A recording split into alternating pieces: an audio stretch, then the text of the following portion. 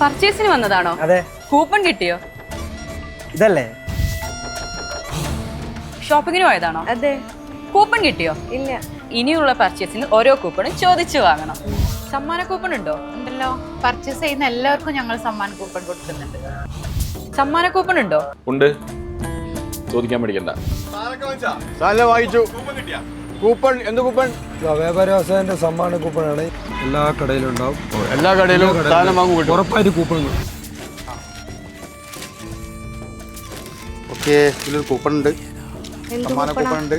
അപ്പോൾ നിങ്ങൾക്ക് തന്ന ബില്ലിന് കണക്കായിട്ട് 3 കൂപ്പൺ ഉണ്ടാവും. എല്ലാ കടയിലും പർച്ചേസ് ചെയ്യുമ്പോൾ ഇതേപോലെ ഒരു കൂപ്പൺ ചോദിച്ച് വാങ്ങണം.